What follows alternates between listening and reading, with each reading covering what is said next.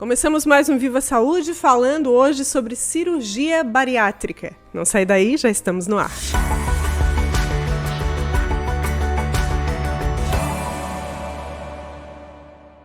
A gente fala hoje sobre um tema super interessante que interessa a muitas pessoas. Vamos falar sobre cirurgia bariátrica e entender melhor todos os aspectos da cirurgia. Antes de apresentar o nosso convidado, quero agradecer os patrocinadores Ortonil, Maria Rocha e Unicred.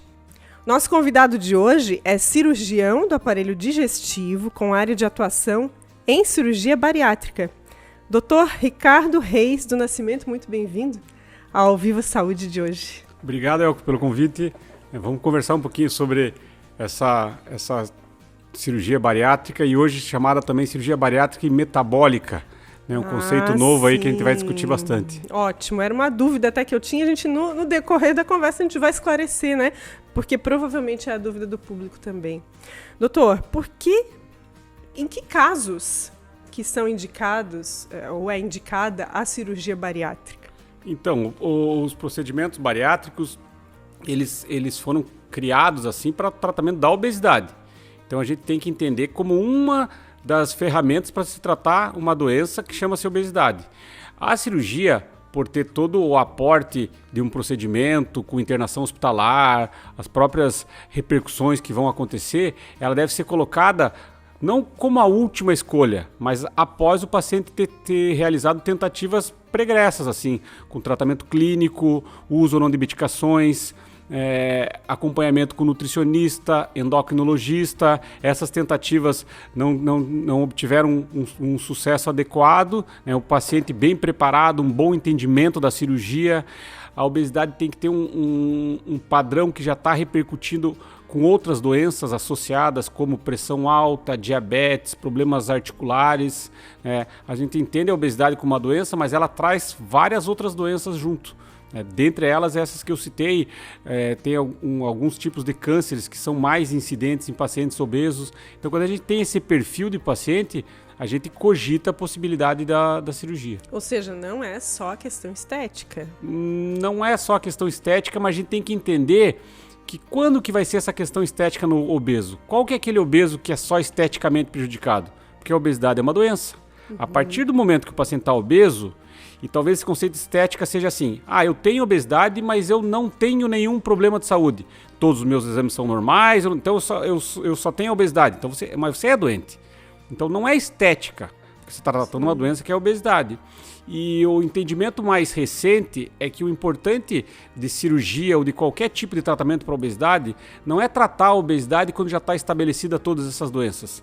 É a gente tratar preventivamente. Eu acho que isso é um conceito da medicina de uma forma geral, assim. Sim. Se você indicar uma cirurgia para um obeso mórbido com 200 quilos, com pressão alta, diabetes, vários problemas graves, isso vai ser benéfico para ele.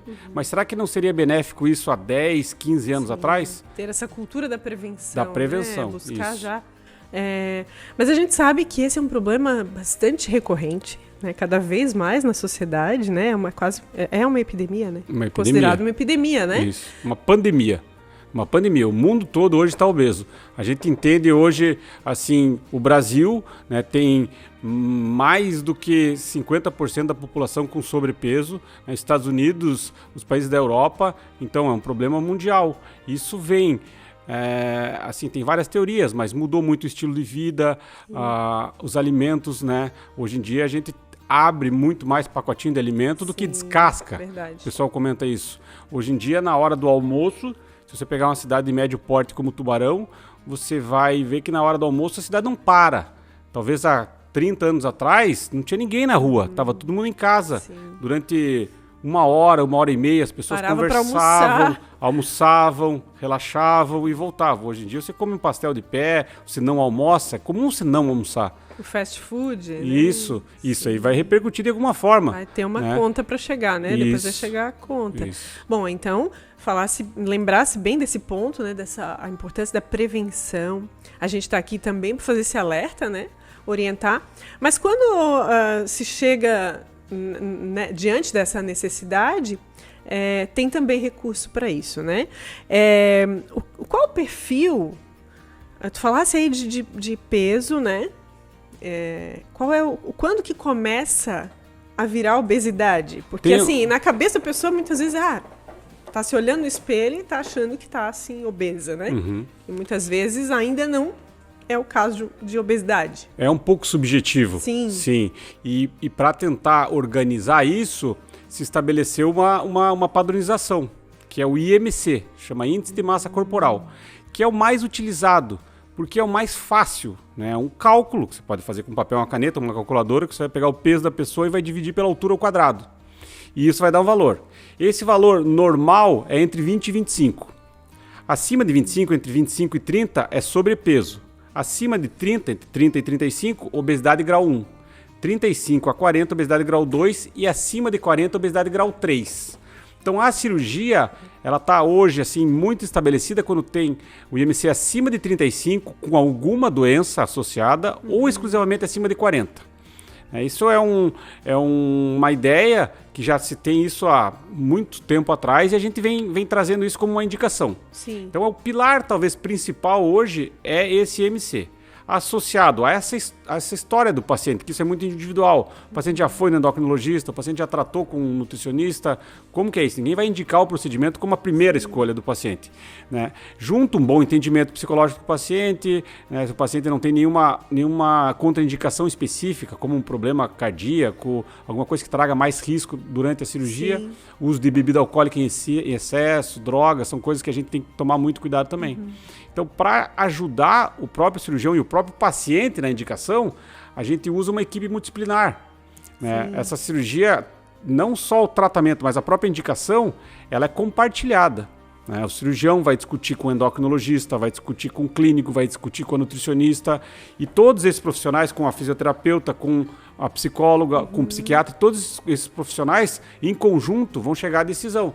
A gente acredita que é o melhor para ele nesse momento fazer a cirurgia. Porque envolve também essa questão comportamental, né, emocional, inclusive, né? Porque, explicando um pouquinho sobre a cirurgia, doutor, já entrando nesse ponto, ela vai se processar sob vários aspectos, né? Sim. Ela vai acontecer na vida daquela pessoa sob vários ângulos, assim. Por exemplo, né? Ela vai ter uma mudança, isso vai exigir dela uma mudança de hábito, correto? Vai, não sei se a palavra é exigir, porque a pessoa pode não fazer a mudança de hábito, e aí ela não vai ter um bom resultado. Então é possível não ter essa mudança de hábito, e aí o resultado não vai ser tão bom, né? O bom resultado a longo prazo da cirurgia vai exigir do paciente a mudança de hábito. Sim. Mas se o paciente não mudar o hábito, ele vai ter um resultado temporário, 2, 3, 5 anos, e depois ele vai ter talvez reganho de peso, talvez alguns problemas a longo prazo. Então essa mudança de hábito não é uma coisa que vai acontecer naturalmente. O paciente tem que ser participativo disso. É um processo, a cirurgia está dentro de um processo. Sim. E dentro desse processo, o paciente faz parte de forma fundamental. O comprometimento desse paciente, Isso. né? Você sabe que quando a gente vai fazendo as opções pelas especialidades na faculdade, normalmente quem escolhe a área cirúrgica é porque ele quer ser resolutivo. Ele quer ser o deus do bisturi, ele quer resolver os problemas. Uhum. E às vezes aquele acadêmico da medicina que é mais teórico e gosta de fosforilar, ele vai para a área clínica, conversar com os pacientes e tal. Eu fui para a área cirúrgica por isso. E eu comecei a fazer várias cirurgias que têm esse perfil. Você tira o apêndice de um paciente e resolve, você tira a vesícula e resolve, 10, 15 dias o paciente volta no consultório, tira os pontos e está resolvido. E eu pensei, a cirurgia bariátrica também vai ser assim, então nós vamos lá, vamos cortar o estômago das pessoas, os pacientes vão emagrecer e ponto. Totalmente errado. E os cirurgiões, eles aprenderam com isso também. E hoje a gente entende que o psicólogo, o nutricionista, o fisioterapeuta, o paciente, o cirurgião, o endocrinologista, eles têm um papel muito parecido, né, no sucesso final. Sim. É como se fosse uma sociedade ali, tá todo mundo junto, né? E não tem mais essa história que a cirurgia tem o começo, meio e fim e vai resolver. Não acaba ali na cirurgia, né? Não. Não, o processo não acaba ali, começa uma nova vida. Tem um processo que continua depois disso, né? E a cirurgia, ela tem uma face um pouco enganosa, Porque durante uns 3 anos, essa fase é maravilhosa, independente do que o paciente faça. Alguns médicos, assim, conversando com os pacientes, brincam que é como se fosse uma lua de mel, né? Que tudo dá certo. Todo mundo engole os defeitos tudo e a coisa vai andar.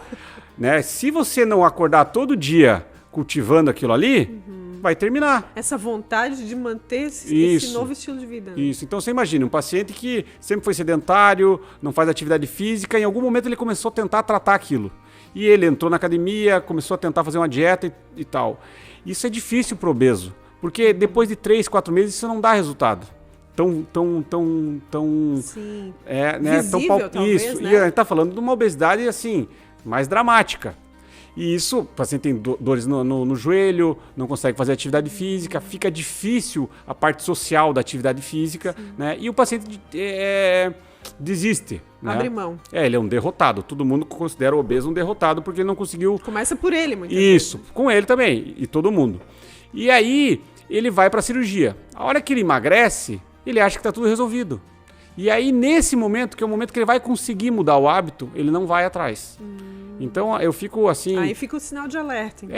Porque você passou pelo procedimento, você está com 1 ano de cirurgia, Facebook, antes e depois, tudo maravilhoso, esteticamente.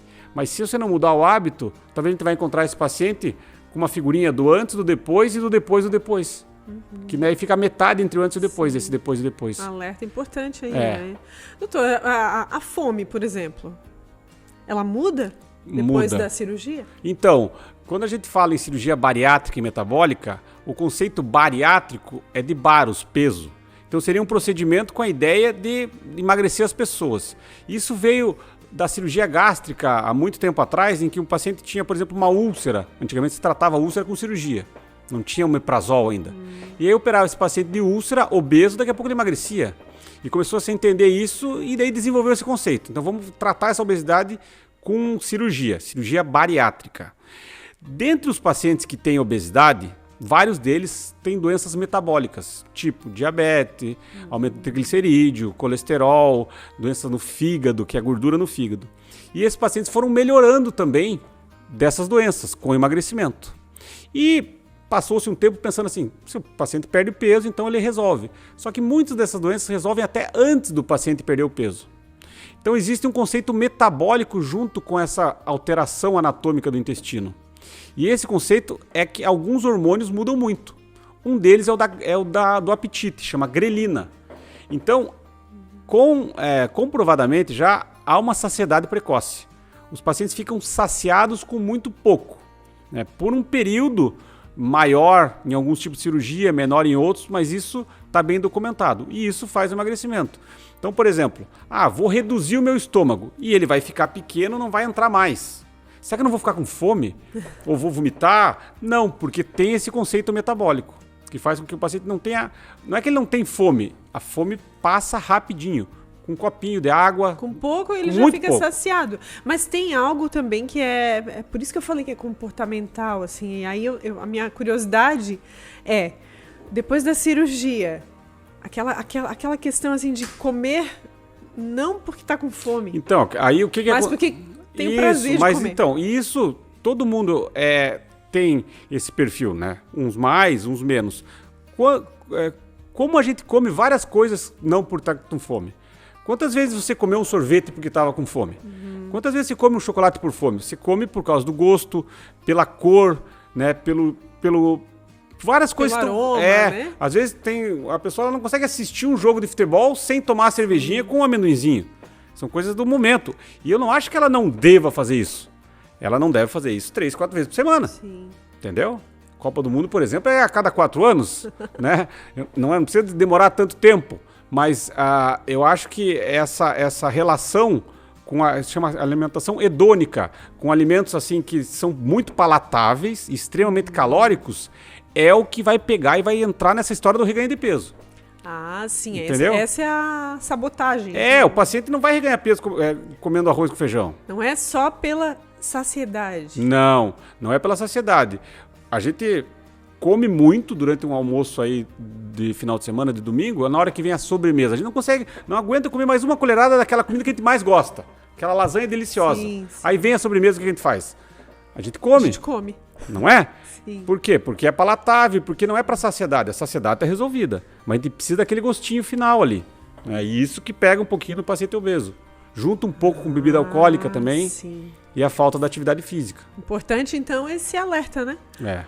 Falando da cirurgia, como é que ela é, essa cirurgia? Porque, assim, tem quem tenha vontade de conhecer mais, tem quem precise e que tenha receio de fazer, porque acha que é uma cirurgia, talvez, com alguns riscos, enfim. É uma cirurgia, em que aspectos ela é uma cirurgia segura? E o que precisa, que cuidados precisa se ter nesse processo, falando da cirurgia? Então, eu acho que primeiro é isso que a gente já veio comentando. A gente tem que ter uma boa indicação, né? Existem excessos em todas as áreas, vamos dizer. E hoje em dia eu acho que também existem excessos na indicação do procedimento. Então, primeiro, a cirurgia tem que ser bem indicada, baseado nessa nossa discussão aí anterior. A partir do momento que a gente vai indicar a cirurgia, o paciente pensar em cirurgia, eu acho que ele tem que procurar uma equipe profissional que esteja apta a fazer o procedimento. Hoje a gente tem a Sociedade Brasileira de Cirurgia Bariátrica e Metabólica, com cirurgiões, assim, quase todas as cidades aí que tem cirurgia bariátrica. Então, procurar um cirurgião que tenha vínculo com a sociedade, ou que seja um cirurgião com volume cirúrgico já, com experiência. Isso é muito importante, né, para que o resultado seja positivo. E a escolha da técnica. Tem várias técnicas de cirurgia bariátrica e metabólica. Isso é muito individual, assim, de cada caso, né, de cada cirurgião. Tem uma cirurgia, por exemplo, que vai mexer no estômago do paciente e no intestino. Vai fazer uma redução do estômago e do intestino, que chama bypass gástrico. Tem uma outra cirurgia que só mexe no estômago, que chama gastrectomia vertical. Então são técnicas cirúrgicas que individualiza-se, baseado no quê? No perfil do paciente, nos exames do paciente, nas doenças do paciente, na experiência da equipe. Tem vários aspectos assim para se discutir. E aí faz essa discussão e o procedimento ele é realizado por videolaparoscopia. São aqueles cortezinhos. Menos invasivo. Menos invasivo. A cirurgia, toda a cirurgia abdominal, assim, hoje pode ser feita por cirurgia videolaparoscópica. Isso foi um avanço grande aí, né, na década de 90, e é uma cirurgia que a forma que é feita, a cirurgia é muito parecida com a cirurgia tradicional com o corte. A diferença é como a gente entra dentro do abdômen. Em vez de precisar abrir a parede abdominal e colocar a mão do cirurgião lá dentro, o cirurgião vai operar por umas pinças e uma câmera dentro do abdômen. E isso é exatamente o que você falou, é muito menos invasivo. Menos dor no pós-operatório, menos infecção, menos tempo de internação, o paciente volta mais rápido ao trabalho. Mais rápida, né? Isso. Normalmente, hoje, o tempo de internação é 24 horas. O paciente faz a cirurgia num dia, vai para casa no outro. Muito rápido. Tem um tempo de uma dieta, né, que a nutricionista orienta, uma dieta mais fracionada, com líquido, e aí ele vai evoluindo. No pós-operatório. No pré-operatório também tem essa dieta, tem essa preparação? Então, não é obrigatório. Já se tentou estabelecer parâmetros de 10, 15% do peso do paciente ser perdido antes, senão não deve fazer a cirurgia, mas isso já não é mais uma não se tornou uma coisa evidente que diminuía os riscos. Acho que o pré-operatório tem que ter essa conscientização, que a cirurgia não vai ser um marco inicial, sabe? Vamos comer. Amanhã vou operar segunda-feira. Hoje é pizzaria, amanhã é churrascaria, porque eu vou operar e eu nunca mais vou poder comer. Não é isso, né? Então eu acho que não precisa fazer uma perda de peso X ou Y, mas o paciente não deve ganhar peso para a cirurgia. Né? Tu estavas falando do pós-operatório, que tem uma dieta, vai ter uma dieta ali, eu imagino, o alimento é diferente do que a gente está acostumado a comer, né? Pastoso, enfim, líquido, enfim. Eu sei que tem um período ali pós-operatório que tem uma dieta bem diferenciada. Um copinho de cafezinho assim, com um líquidozinho. E isso, lógico que isso passa, né? E depois vai voltar à vida normal. Sim. Vida normal que a gente fala é poder comer tudo com equilíbrio. Quando o paciente pergunta para mim, vou conseguir comer normal? Aí eu pergunto para ele, o que é o normal? É o que você está comendo hoje? O que você estava comendo? Não, porque não é o normal que ele está comendo hoje, né? Sim. Então, assim, o que vai ser esse normal? O normal, eu acho que é uma dieta básica para uma pessoa que tem lá entre seus 20 e 25 de IMC, né, e está saciada. Mas, por exemplo, quando a gente fala de... É claro que com a devida quantidade, mas pode comer, por exemplo, A comida, o arroz, o feijão, Pode. a carne, enfim. O churrasco, o churrasco, a pizza, o macarrão. Dentro daquela normalidade de quantidade, Isso. falando de quantidade. Isso. É Pode. isso, né? Sim. Idade, doutor. Mínima e máxima para fazer essa cirurgia. Se você for seguir o padrão, né, da ANS e do SUS, assim, as indicações é de 16 a 60 anos. Então seria a indicação Com primeira. 16? Isso. Porque a gente sabe também que muitos adolescentes, jovens, estão enfrentando esse problema, né? Isso. Então hoje tem já, até nos Estados Unidos, tem grupos de cirurgiões pediátricos fazendo cirurgia bariátrica em crianças. É assim, muito questionável, mas é aquilo que eu comentei da prevenção. Esperar o quê? Se discute um pouco, por exemplo, tem um fechamento de uma cartilagem nos ossos. Enquanto não fechou aquilo ali, não se deve operar, porque sim. pode alterar o metabolismo e dar alguma deficiência no crescimento nesse primeiro ano, né? Então, e até porque, assim, para você indicar a cirurgia, um dos parâmetros é o paciente ter um bom entendimento do procedimento e tudo isso. Como você vai pegar, às vezes, uma criança de 12, 11 anos obesa, e eu acho que ela não teve a maturidade e a oportunidade dela ter tentado emagrecer. Ela não entendeu aquilo ainda, talvez, né? Ou não sei, mas normalmente é isso. Então, a gente tem que ver cada caso, mas em torno de 16... 16 já é uma idade aceitável, Já assim, para aceitável. discutir a respeito disso, A gente já teve né? paciente, por exemplo, com 12 anos no consultório, né, que ela não entendia, a mãe trouxe porque o pessoal da escola falou que estava difícil porque não tinha mobília, né? 150 quilos. Entendeu? Então são essas coisas que às vezes quem fala assim, nossa, mas que absurdo operar uma pessoa de 12 anos. Mas só quem passa sabe, né? É o que difícil. tá enfrentando. É uma doença, né? Sim.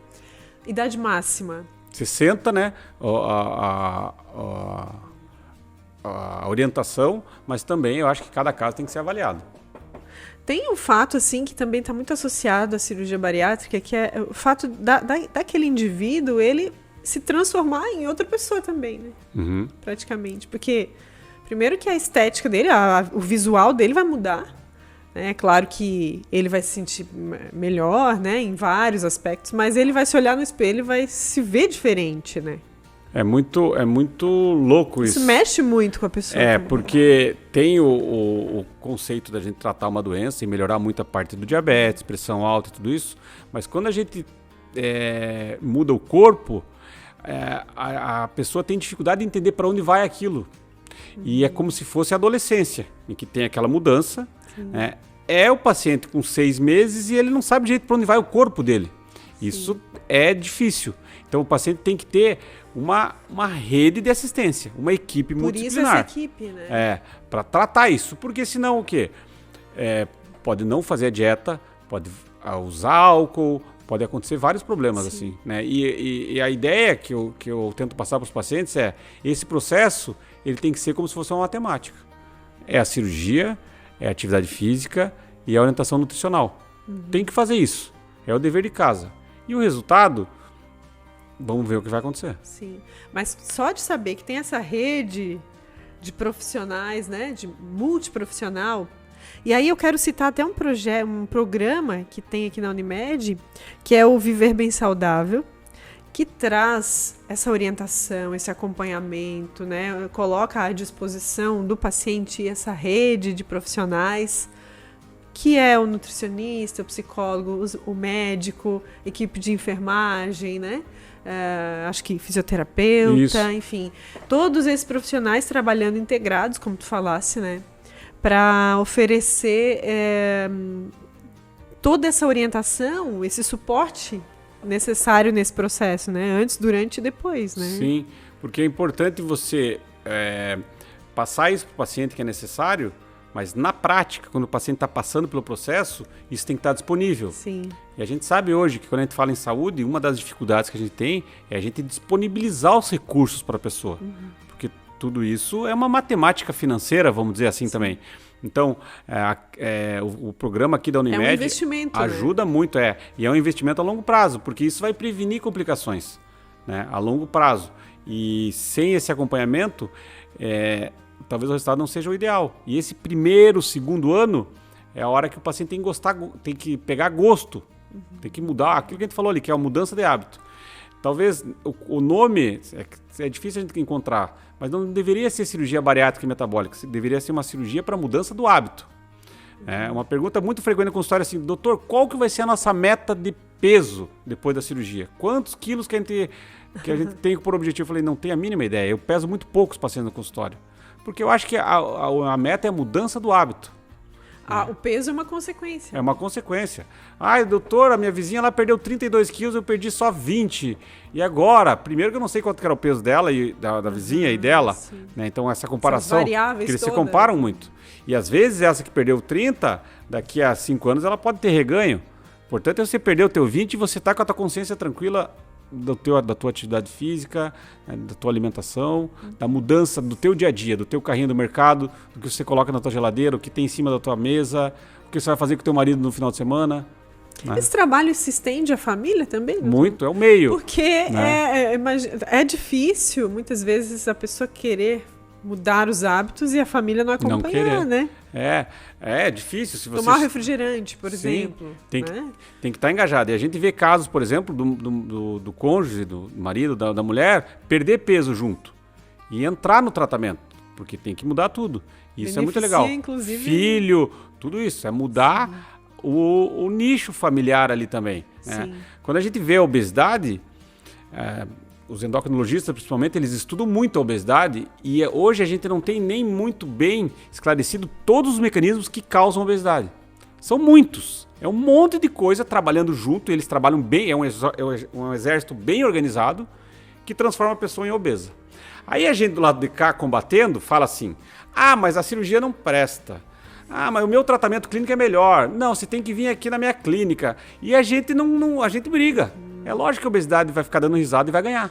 Enquanto a gente não entender que a gente tem que trabalhar tudo junto, a gente tem que mexer na família, a gente tem que talvez fazer a cirurgia em alguns casos, a gente tem que fazer uma política pública, por exemplo, dos alimentos mais calóricos. Preventiva, né? Por exemplo, hoje, eu não sei se você teve um vínculo na tua família com cigarro, mas as pessoas fumavam muito tranquilamente antigamente. Sim. Né? E talvez teve uma fase ali da juventude, se não fumasse, era meio careta. Década de 80, 90. Hoje em dia você tem muita dificuldade. A gente conseguiu chegar nesse padrão. Né? Você vai comprar um cigarro num cantinho, talvez meio envergonhado. A gente tinha que chegar nisso, no alimento extremamente calórico. Sabe? No mercado. E não é exatamente o contrário. É fácil, você sai ali com o teu carrinho, você quer comprar só um alface, vai ter dificuldade. Você sai ali, daqui a pouco cai sem querer um chocolate. Na hora do caixa ali já cai, o teu filho vai pegar e tal, você sai com alguma coisa calórica. É verdade. Tu tenta o mercado todo consumir coisa saudável, vai chegar no caixa. Acaba levando. Né? É verdade. Então, assim, eu acho que uma política pública também, tudo isso vai tentar combater. Contribui, né? Doutor, falando de reganho de peso, tu falasse aqui algumas vezes, tem o risco de voltar àquela condição anterior? Não. Tem o risco de voltar naquela condição anterior. Eu já vi casos de voltar na condição anterior. Né? Então é o reganho de peso. Mas eu nem diria na condição anterior. Vamos pegar um paciente que passa pelo procedimento. Tem a resolução das suas doenças temporárias, por exemplo, como uma diabetes. O controle disso. O controle. Né? Por exemplo, era um paciente diabético usando 3 ou 2 classes de medicações e começando a usar insulina. Ele faz a cirurgia, ele ou volta só para um remédio ou ele para de usar todos os remédios. Isso pode acontecer. Passe 2, 3 anos, esse paciente começa a reganhar peso, não se cuida, ele tem que voltar a usar os remédios. Né? Então tem esse risco. Não quero dizer que não está relacionado ao procedimento, pode falhar? Pode. Mas a grande maioria desses casos, você vai ver um erro comportamental. Você vai ver um paciente não fazendo atividade física, não comendo legal, tomando álcool. Né? Quando a gente fala em atividade física, não é uma coisa social, assim, porque você tem que ganhar massa muscular depois da cirurgia. A cirurgia bariátrica faz perder peso, e esse peso, naquele IMC, tem gordura, água, osso, músculo. Então o paciente perde 30, 40 quilos, mas muito músculo nesse emagrecimento. Perde músculo. Perde músculo. Por quê? Durante os primeiros meses, a dieta é hipoproteica. Não é uma dieta que vai fazer ganho de massa muscular. É uma cirurgia que faz, a gente chama catabolismo, que é destruição muscular. É um trauma, uma cirurgia. É um procedimento que é traumático. O paciente precisa de energia para recuperar aquilo. E se ele não não fizer uma alimentação proteica e não fizer musculação, ele vai ter massa muscular menor do que antes da cirurgia. Né? E isso predispõe a ele a ganhar peso. A gente acha que, voltando de novo ao campo da estética, né? A gente acha que isso tem a ver só com a questão da estética, mas não, até de estrutura física. Né? De aguentar o dia a dia, assim, sim, né? Viver bem, com qualidade de vida. Os educadores falam físico muito, de você conseguir manter o teu corpo assim mais saudável do ponto de vista estrutural. Musculatura. Ter energia, né? Isso, e problema de coluna a partir dos 60 anos ou até antes. Tudo isso precisa que você trabalhe a tua musculatura e o teu esqueleto. Falando da prática de esportes, de atividade física, enfim, pode ir para essa prática depois da cirurgia? Vida normal, assim, porque digamos que esse paciente ele tenha vontade, porque já passou por aquele processo, agora eu me sinto bem comigo mesmo, vou me integrar, vou praticar esporte. Pode viver essa vida normal? Sim. Não tem nenhuma restrição quanto a isso. A gente tem os primeiros dias de pós-operatório, é óbvio que a gente orienta assim, uma prática de esporte, vamos dizer, liberada a partir dos 30 dias, né? Sim. E aí as opções, a nossa orientação é essa preferência por um ganho de massa muscular. A partir do momento que o paciente faça isso, ele pode fazer o que ele quiser. O que eu não acho interessante é um paciente, por exemplo, uma atividade aeróbica excessiva, corrida, várias vezes durante a semana, 15, 20 quilômetros. O paciente ele vai desenvolver uma atividade física, me perdoem quem faz isso, mas que não necessariamente é saudável. Ele tem que respeitar o seu Quem treina corpo. em alto nível, se for conversar com um atleta de alto nível, ele não necessariamente faz um treinamento visando saúde. Vai ter mais lesão articular, tudo isso. É bem curioso isso, né? Que muita gente não se dá conta. Acho que vê o atleta e não imagina o quanto de impacto o corpo dele recebe, né? Então não é só isso, né? Isso é o que está querendo dizer, né? E aí entra o papel do educador físico, né? Que eu acho que hoje também não é fazer atividade física. Eu acho que tem atividade física e atividade física. Então uma atividade física bem orientada por um educador físico que tenha um padrão de orientação bom é essencial também. Para o paciente não perder tempo, não gastar dinheiro, não fazer uma lesão. Sim. Né? É fazer importante com isso. respeito ao seu corpo, né? Doutor, gestação. Depois de uma cirurgia bariátrica, pode passar por um período de gestação? Ter também esse... Tem vários fatores aí. Primeiro, assim, a obesidade é um fator de risco para a gestação. A gestação na obesa é uma gestação de alto risco. Então, perder peso é importante para isso. Não tem problema a gestação a partir dos 12 a 15 meses da cirurgia. Então, no primeiro ano, não é bom, não deve engravidar. Então, tem que tomar esse cuidado. Isso. Esses pacientes, eles devem usar alguma medida, discutindo com o ginecologista, mas o anticoncepcional via oral não tem a mesma efetividade do paciente que não fez a cirurgia. Tem. Não. Tem uma efetividade um pouco menor. Então, as mulheres têm que estar preparadas a usar um DIU, alguma medicação injetável. Vamos discutir com o ginecologista. Sim. Meu ginecologista, eu vou fazer a minha cirurgia bariátrica. O que você me sugere?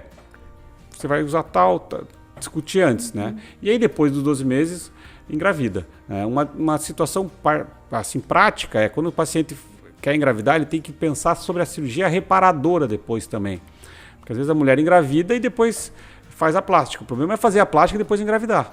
A plástica, eu digo, aquele excesso de pele no abdômen. Sim. Chama abdominoplastia. É uma pergunta que eu ia te fazer. Toda cirurgia bariátrica é seguida de uma cirurgia plástica? Não. A cirurgia plástica, o conceito da cirurgia plástica, não é plástica, é cirurgia reparadora. Certo. Vamos dizer assim, é feito por um cirurgião plástico, mas é uma cirurgia reparadora ainda no conceito do tratamento da obesidade. Então é um excesso de pele que está causando, além de um transtorno estético, um transtorno principalmente dermatológico. São lesões de pele tudo, e vai ser feita a cirurgia para retirar esse excesso de pele. Mas não é toda. Depende do perfil da paciente. Tem pacientes, por exemplo, que querem fazer exclusivamente do ponto de vista estético? Tem. É uma paciente que não precisaria fazer do ponto de vista reparador, mas ela acha comum. Tem várias situações que não está legal e tal, né? Então vai poder ser feito. Sim. Mas tem casos que a pessoa vai no cirurgião plástico, o cirurgião plástico fala assim, me desculpa, mas eu vou perder a oportunidade de fazer uma cirurgia em você porque não tenho o que fazer.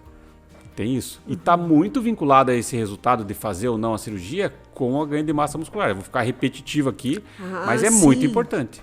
Então, essa atividade física vai contribuir para esse... E também junto com uma dieta específica, né? Vai contribuir para esse ganho de massa muscular que pode, muitas vezes, reparar esse excesso de pele, essa adequação para esse novo corpo, né? Podemos dizer assim, né? Doutor, voltando, né, à questão da gestação, então, tu falaste que é importante fazer esse alerta, né? A cirurgia reparadora teria que, em tese, aguardar essa decisão de gestação. Eu não sei se eu vou ter um filho ou não, quero fazer minha plástica. Não, espera. Vamos esperar a coisa... Se tem essa dúvida, espera um pouquinho. Isso, porque aquilo que você falou na mudança do corpo, assim e tal, muda muito. Eu já vi várias mulheres que não tinham mais nem ideia de engravidar, depois querer engravidar, né? Porque mexe com tudo, né? A primeira gestação pode ter sido traumática pelo fato da obesidade, né? Uma mulher obesa, quem já tem filho sabe disso, uma mulher obesa, com dificuldade de dormir, dificuldade de fazer a própria higiene, cuidar de uma criança. Quem não passa pelo processo de obesidade já tem seus desafios. Trauma. E talvez, às vezes, depois de perder 60, 70 quilos, eu penso, gente, imagina como seria eu ser grávida, ter uma gestação agora. Sim. Tu falasse agora, né, de algo bem importante, né? 60, 70 quilos. É uma quantidade de peso significativa. Bastante, muito peso. Eu já tive paciente com 110 de perda, bastante peso. Por isso que tem esse impacto também, né, na vida do indivíduo. Deixa eu te perguntar, o que é dumping? Dumping é um efeito adverso da cirurgia. A cirurgia, ela muda o tubo digestivo, muda o caminho da comida da boca até o ânus, vamos pensar assim. Quando a gente pega, por exemplo, um pedaço do intestino e troca ele de lugar, aquela comida que ficaria, por exemplo, 3 horas no estômago e depois ia caminhando até chegar nesse lugar... Agora essa comida vai chegar nessa parte do intestino em 5 segundos, 10 segundos. Comeu, já está ali. Ou seja, vai ter vontade no banheiro mais rápido. Não. Não necessariamente? Não necessariamente. Mas porque é um intestino fino, não é um intestino grosso. Mas esse pedaço do intestino, ele não estava acostumado a receber um pedaço de carne daquele jeito. Essa carne que chegaria ali... teria ficado 3 horas no estômago recebendo suco gástrico, sendo digerido. Muda. E muda. A hora que cai isso no estômago, nesse pedacinho do intestino, ela fala assim, opa, o que é isso? E ele tem uma reação àquilo. Isso é o dumping, né? Um dos tipos de dumping, que é o dumping precoce. A pessoa comeu e passou mal. Deu um calorão, sensação de desmaio e tal. Esse é o dumping precoce, que acontece muito com doce e com carboidrato, assim, pão, macarrão, tudo. Tem um outro dumping, que é o dumping mais tardio, meia hora depois que comeu, que daí está relacionado com o metabolismo da glicose, que aumenta muito a secreção da insulina, por isso que trata o diabetes também. E aí esse paciente pode fazer hipoglicemia, que é a queda da glicose muito baixa, queda demais, um valor muito baixo, e isso faz com que o paciente também se sinta um pouco mal. Isso sempre acontece? Não sempre acontece. Isso pode acontecer, mas... E assim, acontece em graus muito variados. Tem pessoas que têm um leve desconforto, como a gente tem também quando a gente come muito. Sim. Sabe? Tem pessoas que passam mal mesmo. Né? Tem pessoas que não comem essas coisas. E a orientação é não comer. Às vezes acontece porque a pessoa também faz abusos assim. Né? Tem algumas situações, quando a gente entra em situações adversas, que isso vira um problema. E a gente tem que tratar com medicação. Aí há tratamento para esse tipo de ocorrência. Sim. Isso passa? Passa, a tendência é passar. Por isso também que existe essa dieta organizada do começo. É uma evolução. É uma adaptação. É como se fosse uma criança que nunca comeu nada. Sim. O tubo digestivo nunca teve naquele local, então você tem que ir mostrando para ele devagarinho.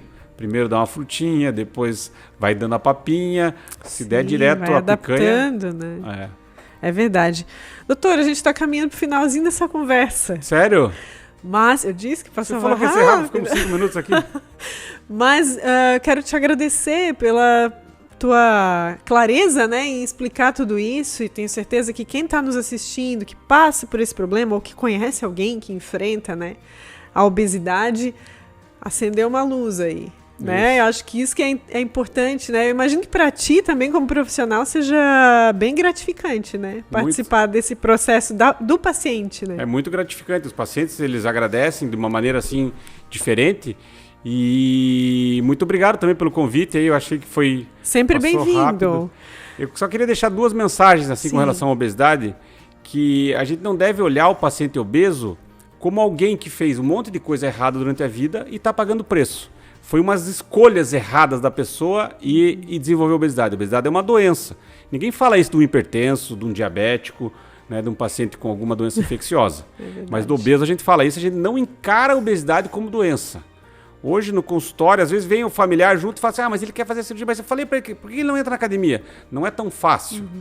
Isso é um conceito. E o outro, que quando o paciente não consegue resolver de uma forma individual, treinando, fazendo as coisas, ele não é um fracassado, né? Ele precisa de uma ajuda, como várias doenças. Você precisa tomar um remédio para tratar uma pneumonia, você precisa fazer uma cirurgia para tirar uma infecção do intestino. E a obesidade, às vezes, tem indicação de resolver com uma cirurgia. Resolver não, controlar. Fica uma dica importante, então, né? Tu encerra essa conversa com uma dica importante, né? Mais empatia, né? Isso, mais que empatia. O mundo está pedindo isso, né? E eu acho que é a oportunidade também de ser mais empático. Eu aprendi um pouco de como a gente não insere o obeso no nosso dia a dia. Nas nossas reuniões da obesidade, quando a gente fazia no hospital, uma paciente, talvez a mais obesa que a gente operou, eu estava dando aulinha assim, os pacientes obesos todos sentados, e daqui a pouco eu vi que ela ficou no canto da porta ali, encostada, numa reunião de cirurgia bariátrica. Sim. E aí eu fiquei meio preocupado, mas não tem lugar para ela sentar? Aí daqui a pouco eu olhei assim, gente, eu não tenho lugar para ela sentar. Nessa nossa reunião, de obeso. Não tinha uma cadeira para ela sentar, porque ela não senta em cadeira, ela precisava de um banco, assim, alguma coisa que não fosse chocante, mas podia ter e ela sabia. Então, assim, ela não é confortável em quase nenhum lugar. Como que ela vai se animar a ir numa academia, a ir procurar um atendimento médico? Então, ele vai ficar cada vez mais em casa e talvez para ela, uma das coisas que mais dê prazer, ela comer. E vira um ciclo vicioso, né? Mas que bom, muito obrigada, tá? Mais uma vez pela tua presença aqui. Sempre aberto o espaço pra gente estar falando aí sobre outros assuntos ligados à tua especialidade. Obrigado pelo convite. A gente agradece também a sua audiência. Muito obrigada por estar até aqui com a gente. Lembre-se de compartilhar esse conteúdo para quem você conhece lá nas suas redes sociais. A gente agradece também nossos apoiadores, Ortonil, Maria Rocha e Unicred. Fica por aqui, mas tem mais Viva Saúde na próxima edição. Até lá!